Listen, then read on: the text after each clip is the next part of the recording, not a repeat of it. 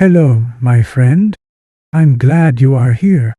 Tonight we will journey back in time to explore the life of a man whose mind sparkled with electricity, a man who saw the world not just as it was, but as it could be, Nikola Tesla. His ideas would one day change the way we live, lighting up cities, transmitting energy through the air, and inspiring generations to dream beyond what was thought possible.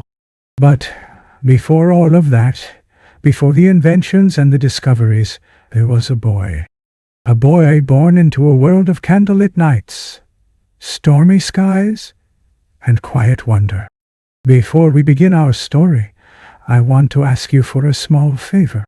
If you enjoy these peaceful journeys through history, please take a moment to like this video and subscribe to the channel. It means so much to me and helps me continue sharing these calming stories with you. Now, take a deep breath. Inhale slowly and exhale. Let your body relax, let your mind drift, and allow yourself to sink into the gentle rhythm of the past. The birth of a genius.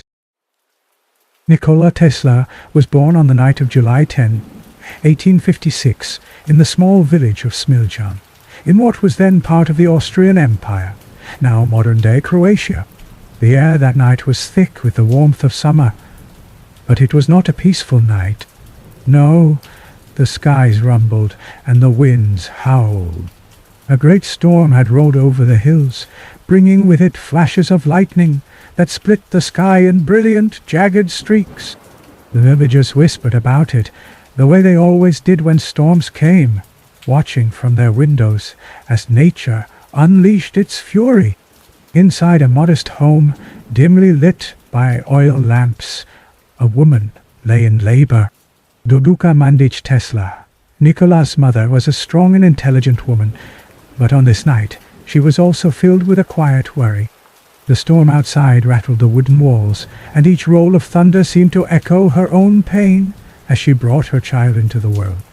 And then, just as another bolt of lightning struck the earth outside, illuminating the night in a blinding white, the baby's first cry filled the room.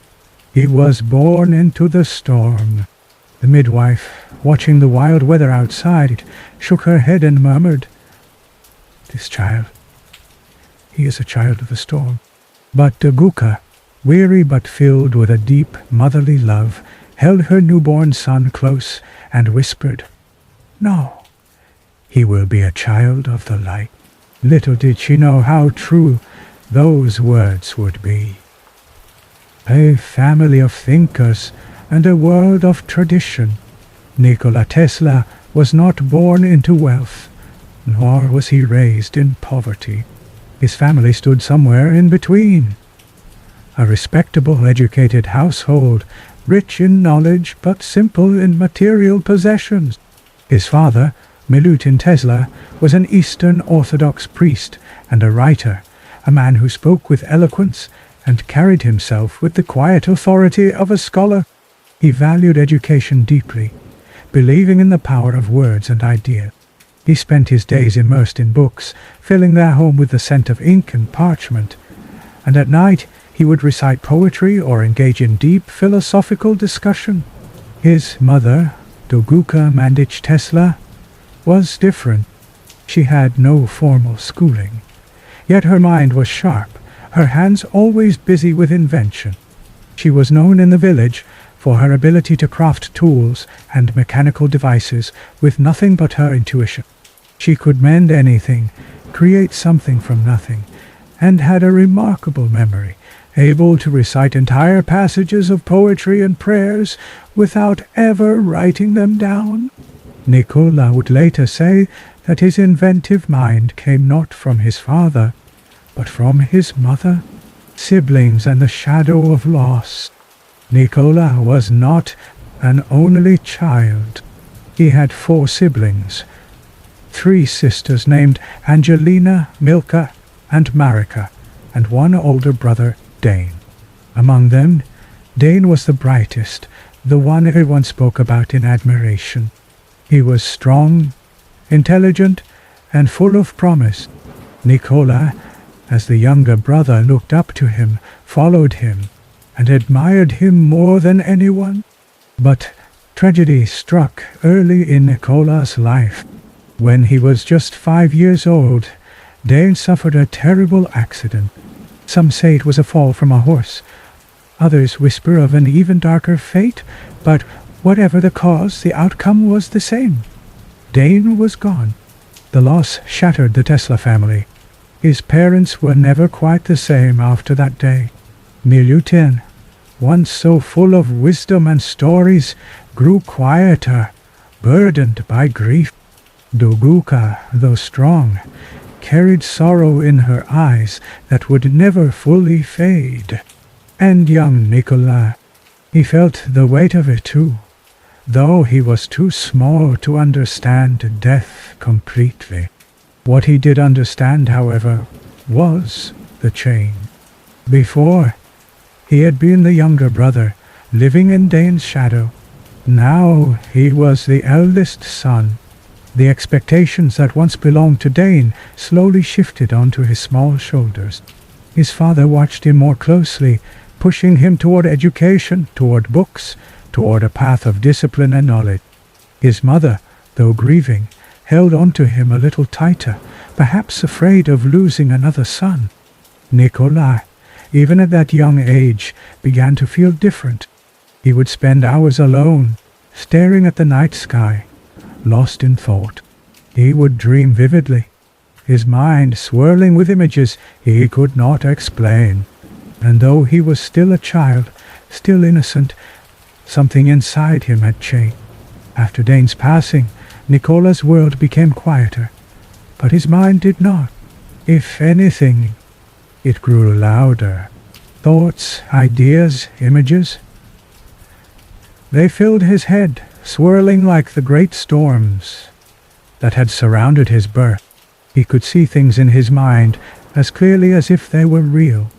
Strange inventions, glowing lights, and machines that had never been built. But before any of that would take shape in the real world, Nikola had to do what all children must: go to school. His education began at home, in the small book-filled rooms where his father would sit and read aloud, his deep voice filling the space with poetry, philosophy, and the teachings of great thinkers. Nikola Tesla was a strict but loving father, a man who believed deeply in discipline and knowledge. He dreamed of Nikola following in his footsteps, becoming a priest, a scholar, a man of words. But Nikola's mother, Doguka, saw something different in him. She watched the way his small fingers traced patterns in the air as he imagined machines. The way his eyes lit up when he took apart household items just to see how they were. She understood him in a way his father did not. She had the same curious, inventive mind, the same hunger to create. School days, a boy, unlike the others. At the age of 6, Nikola was sent to the primary school in Smiljan, a simple building where boys gathered to learn the basics: arithmetic, reading, writing, and religion.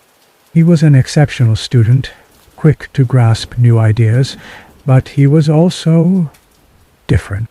While the other children were content to memorize facts, Nikola wanted to understand why things worked the way they did. Why did the stars shine? Why did the rivers flow? Why did the wind howl at night? His teachers were often puzzled by his endless questions. And his classmates, well, they found him a bit odd. He had an uncanny memory, able to recite entire pages of text after reading them only once.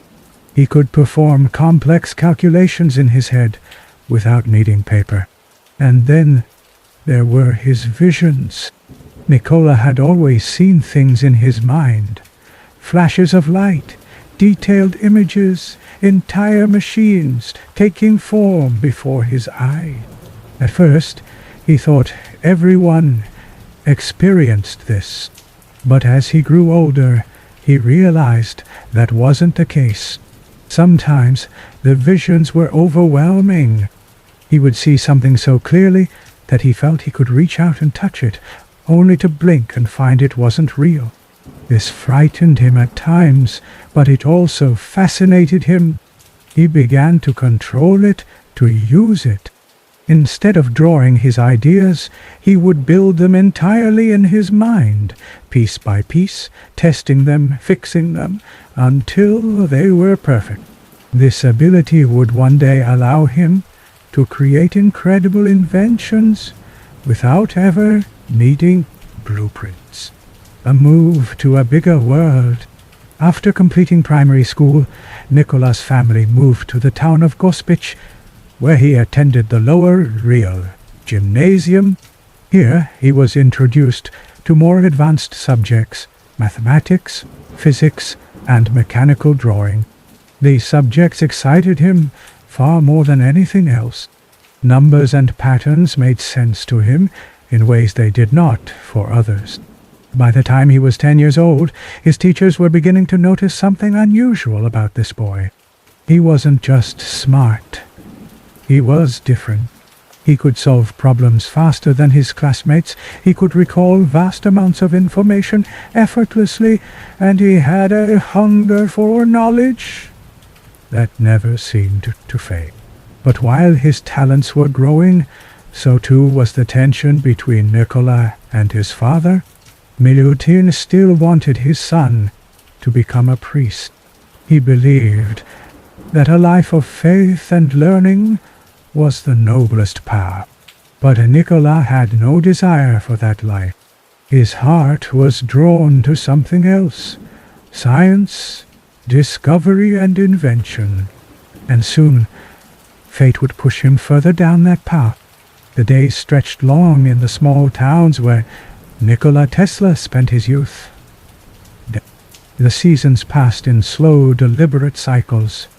Icy winters with snow that blanketed the rooftops, cool springs where the rivers swelled with melted ice, golden summers buzzing with the sound of insects, and crisp autumns where the wind carried the scent of harvested wheat and fallen leaves. Life moved at the steady rhythm of nature, and yet inside Nikola's mind, time did not move the same way. His thoughts did not flow like the seasons, steady and predictable. They rushed forward like a storm, flashing, crackling, unpredictable. Ideas sparking before he could even understand them. Images forming in his mind with a clarity that startled him. While others saw the world as it was, he saw it as it could be. By the time he reached his teenage years, his hunger for knowledge had grown insatiable. Books were no longer enough. Lessons were no longer enough. He needed more questions, more answers, more understanding. His parents watched him with concern, but also with pride. Milutin Tesla, his father, was a man of words, a priest with a deep, commanding voice that could fill a room like the roll of distant thunder. He believed knowledge was a gift, but he also believed it had its place. There was order to the world, tradition, structure. A son of his would follow a noble path, a path of wisdom, faith, and discipline. But Nikola, from an early age, resisted the walls placed around him. He did not only want to know things, he wanted to understand them. He wanted to see the forces that no one else could see, to grasp the invisible, to touch the untouchable.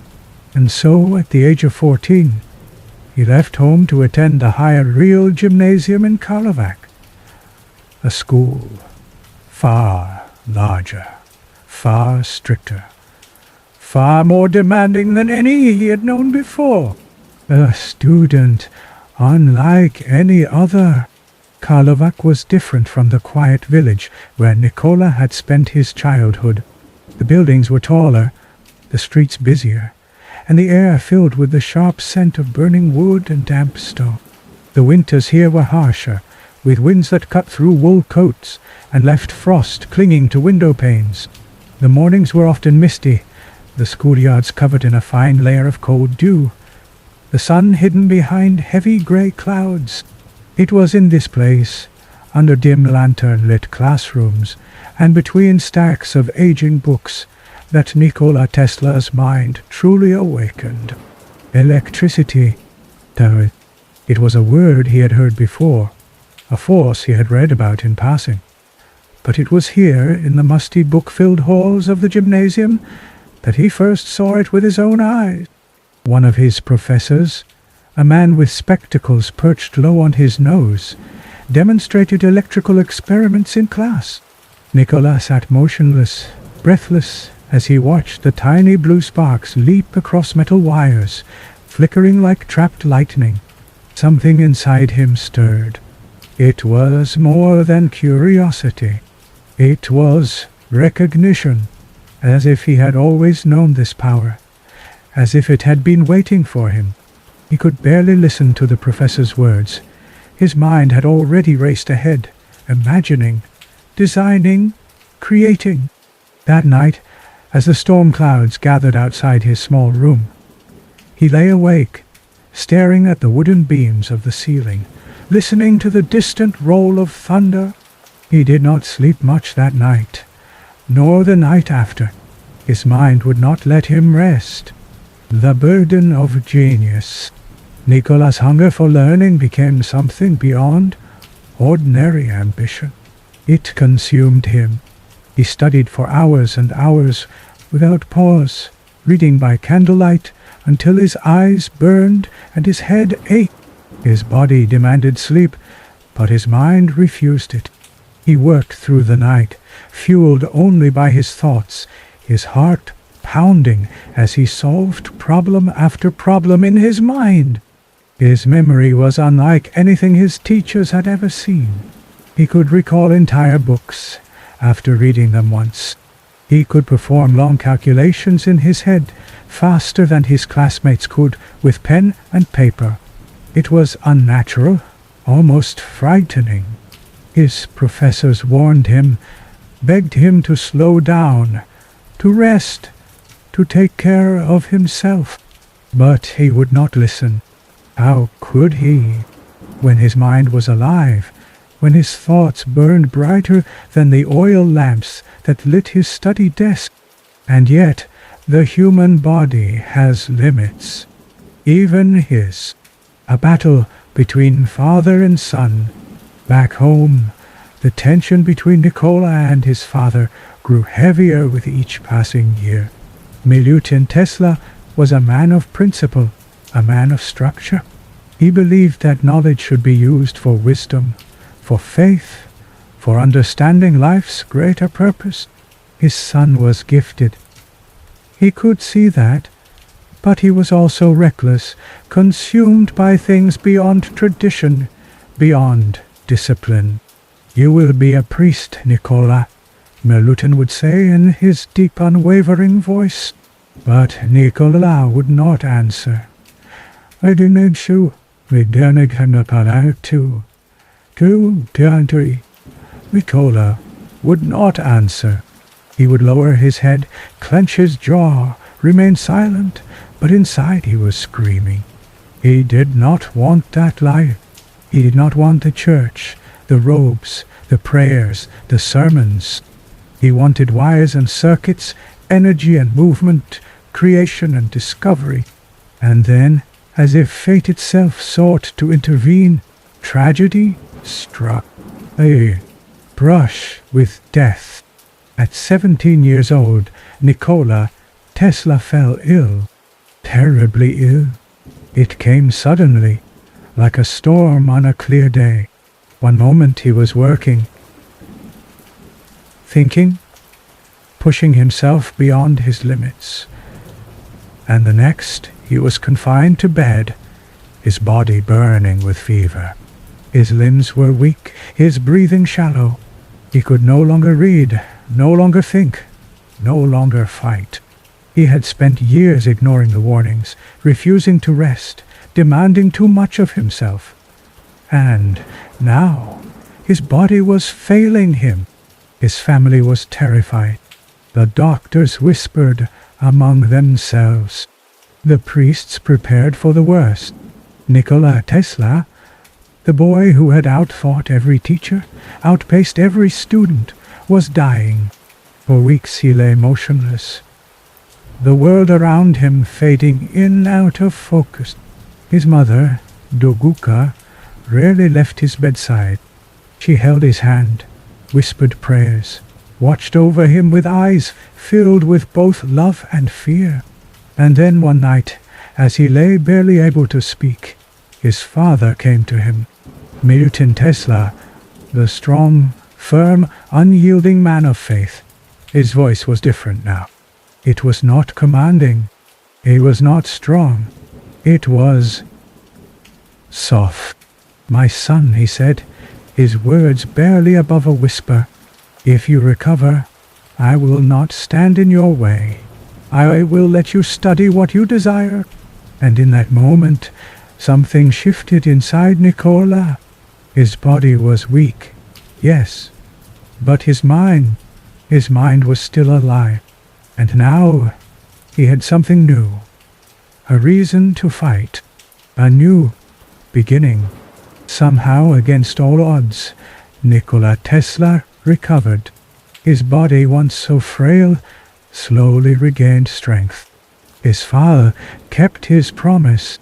That all was over. Tesla would not become a priest. He would chase the future. And soon he would take his first steps toward changing the world. Nikola Tesla was alive. The fever that had burned through his body for weeks had finally faded, leaving behind a shell of the boy he once was. Thin, frail, weak, but awake, alive. His mother wept with relief, her hands smoothing his damp hair, whispering words of gratitude to the heavens. His father, true to his word, did not speak of priesthood again. Outside, the world moved on. The seasons had changed while he lay unconscious. Winter had melted into spring, the rivers no longer frozen, the air softer, lighter. The wind that drifted through his bedroom window no longer carried the weight of death. It carried promise. And yet, though his body had rested, his mind had not. Even in sickness, his dreams had been filled with visions. Machines, energy, currents flowing like rivers, circuits glowing like stars. He had been trapped in his own body, but his thoughts had wandered freely, designing, creating, imagining. Now he had a chance to make them real, stepping into the unknown. By 1875, at the age of 19, Nikola Tesla had recovered enough to leave home.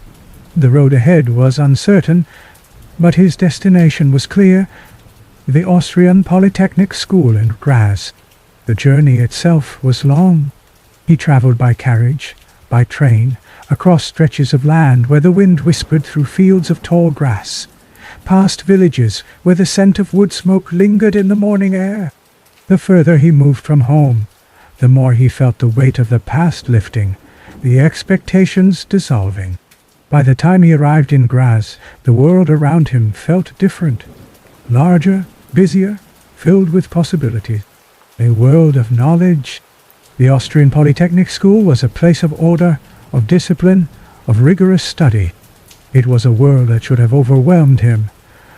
But instead, Tesla felt as though he had finally stepped into the place he was always meant to be. The classrooms were vast, lined with books that smelled of dust and time. The professors spoke in measured tones, their words precise, their knowledge deep. But none of it was enough. No, Tesla threw himself into his studies with a force that startled even his instructors. He was tireless. While his classmates worked through equations carefully, methodically, Tesla solved them in his mind, sometimes before the professors had even finished writing them on the chalkboard. He studied from dawn until the deep hours of the night, sometimes for 20 hours straight, barely eating, barely resting. The library became his second home. The flickering candlelight casting long shadows across the wooden desks as he pored over pages filled with equations, diagrams, theories. But it wasn't just the books. It was the machines. It was here, in one of the great halls of the university, that Tesla first encountered something that would change him forever. A grand dynamo, a direct current electrical generator. He watched as it hummed softly, the currents moving invisibly through its coils. A quiet force, a hidden power. The sight of it sent a shiver through him. He saw not just what it was, but what it could be. Electricity was no longer just an idea. It was real, and he would master it. The edge of madness. Tesla's brilliance did not go unnoticed. His professors were astounded, his classmates baffled. He completed work that should have taken weeks in a matter of days. But his hunger for knowledge became a dangerous thing. He refused to slow down. He refused to rest. He studied, he worked, he experimented, until his body once again began to fail him. His health deteriorated. His cheeks grew hollow. His eyes darkened with exhaustion. His hands trembled from lack of sleep. But his mind would not let him stop. He was chasing something just out of reach, something no one else could see. His professors warned him. His classmates whispered. Tesla was brilliant, yes, but was he pushing himself too far? Was he walking the line between genius and madness? And then, without warning, everything collapsed. The fall from grace. By the end of his second year, Tesla's obsession had cost him more than his health. It had cost him his future. He had argued with one of his professors over an electrical principle, argued so intensely, so passionately, that it became a scandal. Tesla was certain he was right. His professor was certain he was wrong. And in the rigid world of academia, there was no room for rebellion. Soon after, his scholarship was revoked. Without it, he had no means to continue his education, his dreams, his future. It was all slipping through his fingers like sand. Tesla was left with nothing. No school, no resources, no direction. And so, for the first time in his life, he disappeared, lost in the shadows. For nearly a year, Nikola Tesla wandered. He did not return home. He did not write to his family. He vanished. Some say he traveled from city to city, surviving on the edges of society. Others say he worked odd jobs, hiding his brilliance, his failure weighing on him like a heavy storm cloud. What is certain is this: those months changed him. He had tasted the heights of knowledge, the thrill of discovery, and then, just as quickly, he had fallen. But even in the darkest moments, the fire inside him did not go out, and soon fate would pull him toward his next chapter. A city that shimmered with lights, a city of invention, of opportunity, of possibility. Paris, too, the city of light. Nikola Tesla arrived in Paris. The city stretched before him, vast and shimmering, the streets alive with motion, the hum of conversation, the distant clang of machinery echoing through the avenues. Paris was not just a place, it was a living thing. A city that breathed, a city that pulsed with life, with invention, with possibility. He stepped onto the cobblestone streets, the soles of his shoes pressing into the damp earth. The air was thick with the scent of rain, of fresh bread from the morning's first loaves, of coal smoke curling from chimneys. The sky was a soft, pale grey, the clouds drifting lazily, shifting, moving, changing, always changing, much like the world itself, much like the current that ran unseen beneath the surface of reality, waiting to be harnessed. Tesla walked. He walked past the markets, past the grand buildings, past the lamplighters as they touched flame to the gas lamps lining the streets. One by one they flickered to life, casting their warm golden glow against the deepening dusk.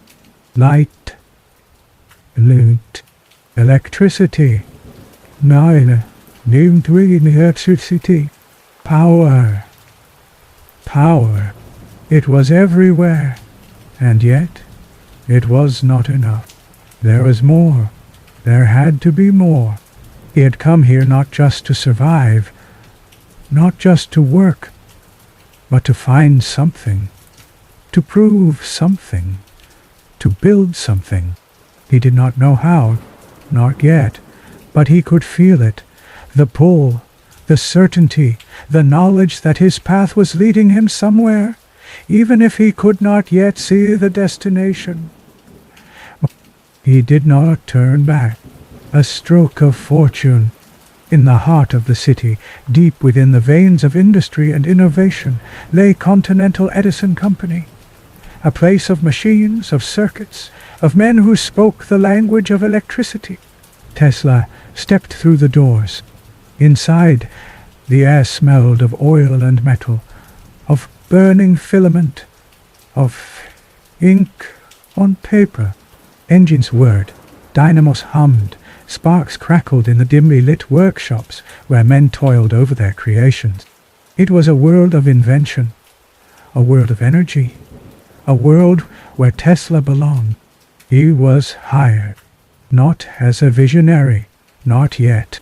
He was an assistant, a repairman, a problem solver. His hands worked with precision. His mind moved faster than the machines before him. A broken motor here, a faulty wire there. It was all too simple, too easy, but they noticed him. They noticed the way he worked, the way he thought, the way he saw things that others could not. A circuit did not merely function or fail. It spoke, it revealed its weaknesses, its potential. Tesla could read it like a book, each wire a sentence, each spark a word. Electricity was not just a force to be used. It was alive. It was waiting for someone to understand it fully. And Tesla understood. A new vision of power. At night, when the workshops emptied and the gas lamps flickered low, Tesla did not sleep. He sat in the dim glow of the factory floor, his fingers tracing lines in the dust, his mind racing, pulsing, sparking with ideas. Direct current. It was everywhere. It powered the city, powered the machines, powered the very foundation of Edison's empire. But it was flawed. It was inefficient. No, it was wasteful. It struggled to travel great distances. But there was another way. Tesla saw it. He saw it so clearly, like lightning flashing across a storm-darkened sky. Alternating current. A wave, a rhythm, a pulse that moved not in one direction, but back and forth. Effortlessly, endlessly, carrying power across vast distances without losing its strength. It was elegant. It was efficient. It was the future, but Thomas Edison did not see it. Tesla spoke of it, proposed it, explained it, but Edison was unmoved. DC was his empire, his foundation, his legacy, and he would not let it go. Still, Tesla worked. He improved Edison's machines, refined his designs, increased efficiency beyond what anyone thought possible. And when he was promised a reward, a sum so great it could change his life, he believed. He believed in honesty. He believed in fairness. And when the moment came, when he asked for the promised sum, Edison laughed. "Tesla, you don't understand American humor." The words echoed, lingered, settled into the depths of Tesla's mind. The darkness before the dawn. Tesla left. He walked away from Edison, away from empty promises, away from a system that refused to change. But without Edison, he had nothing. No income, no home, no resources. And so Tesla fell.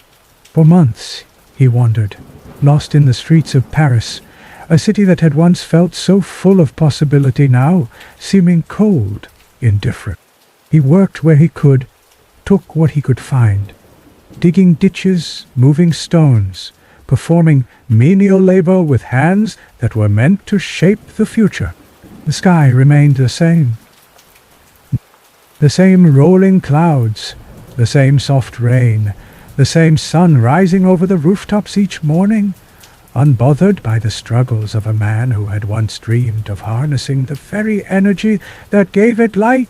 But even in the darkness, even in the silence, Tesla's mind did not stop. He saw the circuits, the currents, the waves of power waiting to be tamed.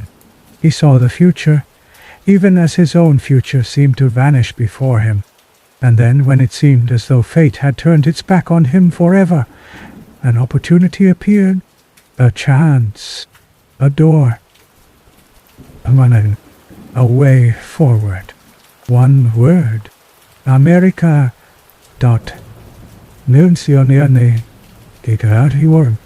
The ocean stretched endlessly before him, dark, deep, infinite. The waves rose and fell, a rhythmic motion, steady, unrelenting, like the pulse of an unseen force moving through the universe. The ship creaked beneath his feet, the wind whispering through the rigging, the scent of salt thick in the air. Nikola Tesla stood at the rail, his hands gripping the cold metal, his gaze fixed on the horizon. He was leaving behind the old world, the familiar streets of Paris, the betrayal, the disappointment, the empty promises. He was leaving behind the struggle, the doubt, the long nights of hunger and exhaustion. But ahead was something new. Ahead was America, a rival in a city of endless lights. New York City, the city of steel, of smoke, of towering buildings that reached toward the heavens like the fingers of giants. The dock swarmed with people, voices mixing together in a symphony of languages: French, Italian, German, English, Serbian, all blending, all colliding, all rising and falling like the tide. Tesla stepped onto the land of opportunity, his worn shoes pressing into the damp wooden planks of the harbor. The city smelled of industry, of sweat, of oil and burning coal, of roasted chestnuts from street vendors, and the metallic tang of the Hudson River. It was loud, so loud. Clatter of carriage wheels, the shouts of workers unloading cargo, the distant hum of machinery that never stopped, never rested. Everything moved. Everything pulsed. Everything vibrated with energy. And Tesla, despite the exhaustion that clung to him, despite the uncertainty of what lay ahead, felt it. This was where he was meant to be. This was where everything would begin. a step into the future. He had nothing, no wealth, no connections, no safety, but he had an idea, and ideas, he knew, were more powerful than anything else. His path led him to Edison Machine Work, a name he had heard before, a name that carried weight, that carried power, that carried the promise of invention and innovation. And so he entered.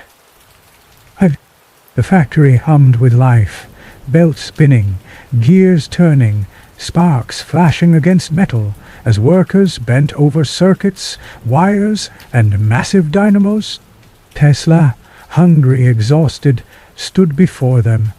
"I have come to offer my mind." A clash of currents. They tested him. They questioned him.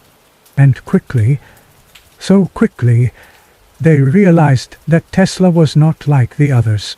He saw problems before they happened. He fixed machines faster than those who had built them. He did not simply work with electricity. He understood it, spoke its language, moved with it, thought like it. And soon he was noticed.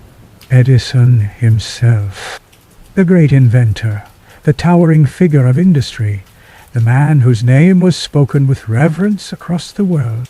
Edison, with his direct current empire, his vast network of wires and power stations, his belief that DC was the only way forward.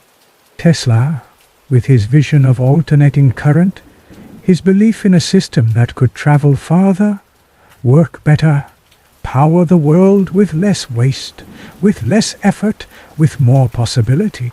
They were opposite forces, two minds, brilliant in their own ways, but destined to collide. Tesla worked tirelessly, worked without rest, without pause. He solved problems, improved designs, optimized system, and then the promise, $50,000, a fortune, a future, a recognition of his worth. But the time came when Tesla stood before Edison, expecting his reward, expecting acknowledgement, expecting the promise to be honored. Edison laughed. "Me, Tesla, you don't understand American humor." The words hung in the air, thick, heavy, suffocating. Tesla stood still. His mind reeled, his chest tightened, his breath slowed. The promise was nothing. The words meant nothing. The work, the effort, the brilliance meant nothing. Tesla turned, walked away, left behind the machines, the workers, the buzzing of the dynamos that had once filled him with excitement. He had given everything, and he was left with nothing, alone in the city of dream.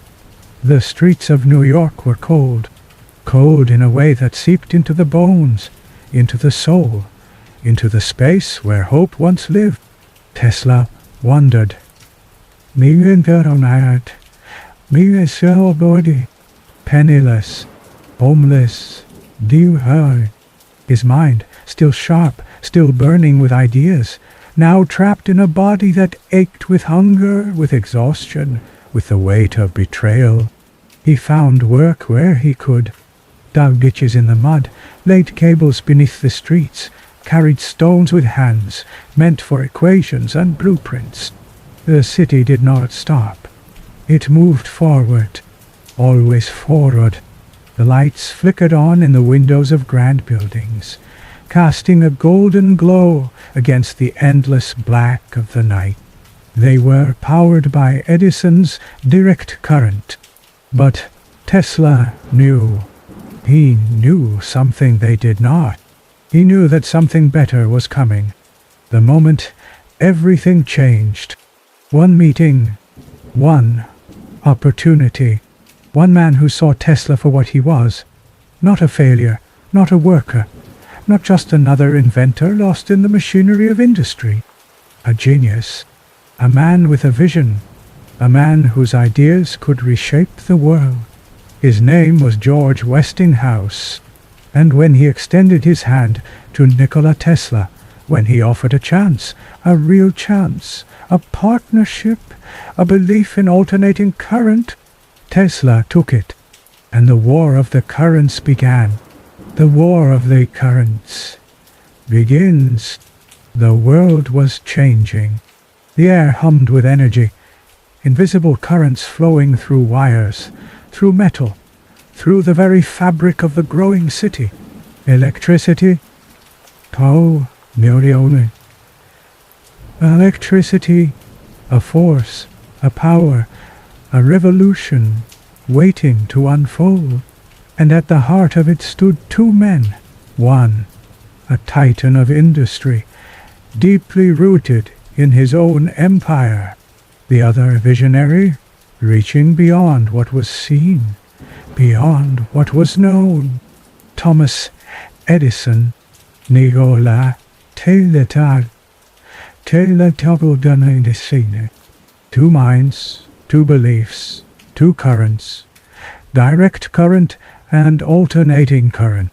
One would light the future, one would fade into history. But in this moment, the battle had just begun. The fight for power. Edison had built an empire.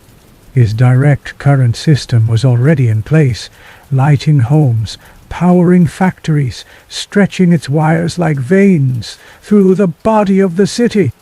But DC had limits. It could not travel far. It required power stations on every corner, thick cables snaking through streets, a tangled, inefficient web that struggled to grow. Tesla saw the flow. He saw the future. Alternating current. A system that could reach beyond the city, beyond the horizon, transmitting power effortlessly over great distances. Tesla had the vision, Westinghouse had the means, and Edison had fear. A storm of misinformation. Edison fought, not with innovation, not with improvement, but with fear, with propaganda, with a war waged in the minds of the people. He called AC dangerous, uncontrollable, deadly. He staged demonstrations, public spectacles where he sent massive surges of alternating current through animals, proving to the crowd that Tesla's system was a force of destruction. He worked in shadows, whispering in the ears of lawmakers, spreading doubt, spreading fear, spreading the idea that AC was a threat, not a solution. And then, the electric chair.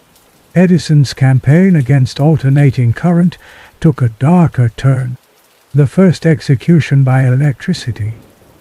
An attempt to brand AC as the killer's current. The lights of New York flickered. The public hesitated. Would they trust the system Tesla promised? Would they embrace a future powered by alternating current? Or would fear keep them in Edison's grasp? Tesla did not waver. He knew the truth. He knew what AC could do. He knew the future was already written. By Leonard Bowling, the World's Fair, a moment of light. The world washed. The debate raged. Newspapers, politicians, inventors, businessmen. Everyone had a stake in the battle between direct and alternating current. And then a test, a challenge that would decide everything. The 1893 World's Columbian Exposition in Chicago, a city waiting to be illuminated, a world waiting to see which system could truly power the future. The contract was open. Edison's direct current, costly, inefficient, Limited? Tesla's alternating current. Cheaper, more powerful, limitless. And so the choice was made. Westinghouse and Tesla won the bid. And on that fateful night, the switch was thrown, and the fair came to life. Thousands of lights.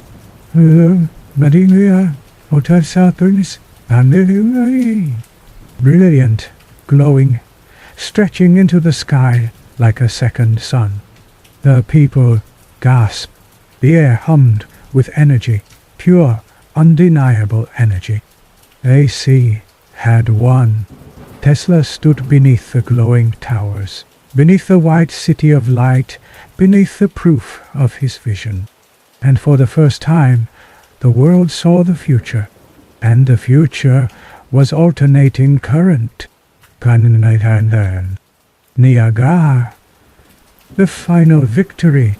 But Edison did not yield. Even with the world watching, even with the fair ablaze with AC power, he would not surrender.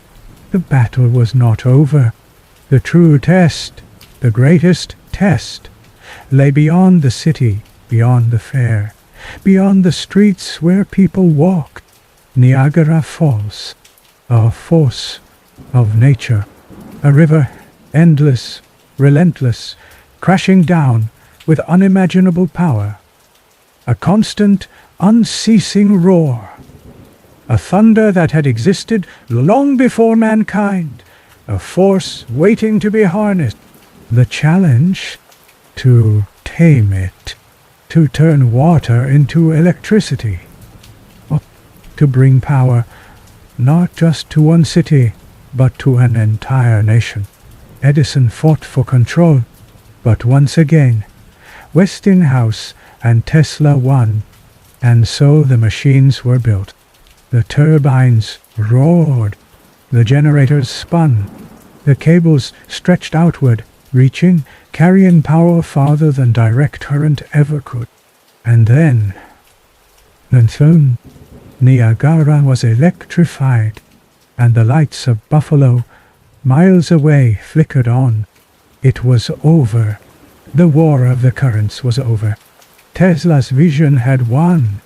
Alternating current would power the world.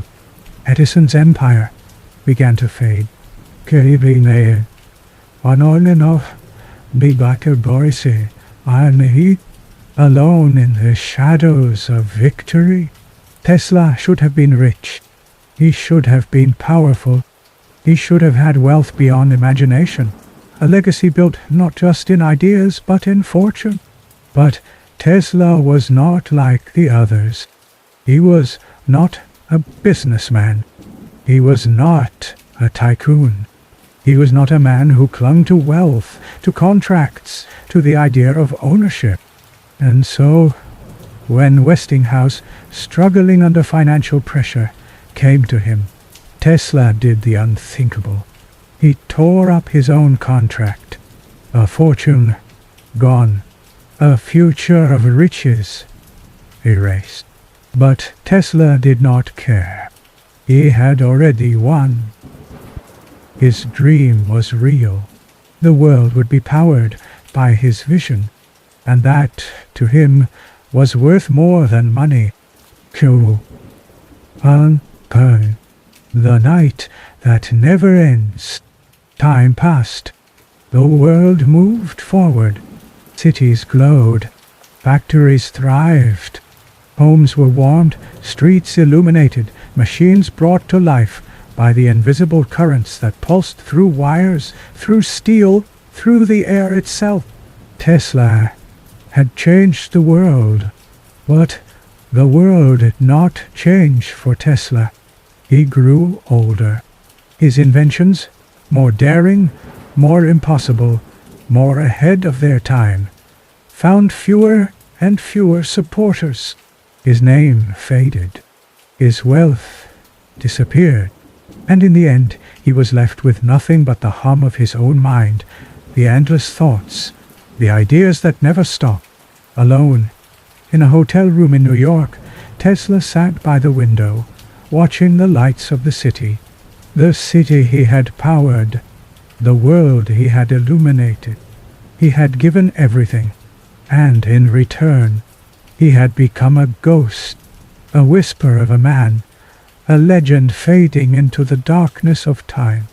But even as the years passed, even as the world forgot, the lights never went out, and somewhere, beneath the hum of power stations, beneath the glow of street lamps, beneath the current that runs endlessly through wires, unseen, unstoppable, Tesla's dream still lives, and the world, whether it knows it or not, still hums with his genius.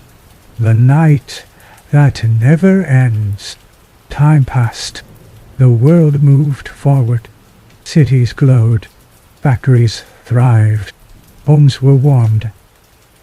Streets illuminated. Machines brought to life by the invisible currents that pulsed through wires, through steel, through the air itself. Tesla had changed the world. But the world did not change for Tesla. He grew older. His inventions, more daring, more impossible, more ahead of their time, found fewer and fewer supporters. His name faded. His wealth disappeared. And in the end, he was left with nothing but the hum of his own mind, the endless thoughts, the ideas that never stop. Alone, in a hotel room in New York, Tesla sat by the window, watching the lights of the city he had powered, the world he had illuminated. He had given everything, and, in return, he had become a ghost, a whisper of a man, a legend fading into the darkness of time. But even as the years passed, even as the world forgot, the lights never went out, and somewhere, beneath the hum of power stations, beneath the glow of street lamps, beneath the current that runs endlessly through wires, unseen, unstoppable, Tesla's dream still lives, and the world, whether it knows it or not, still hums with his genius. A blessing for you, my friend. And now, as you rest, as you breathe deeply and let the night wrap around you, may you find peace in knowing that brilliance, like Tesla's, never truly fade. May your mind be filled with light, with dreams that spark and glow like the stars above. May you always trust the power of your ideas, even when the world does not yet understand them. May you find comfort in the quiet, knowing that the greatest minds have also walked the path of solitude. And may sleep come to you gently, like the hum of a current flowing through the air, steady, unseen, powerful. Good night, my friend. May your dreams shine brightly. May your heart be at peace. May you wake with the light of inspiration. And may you always remember, the world is brighter because you are in it.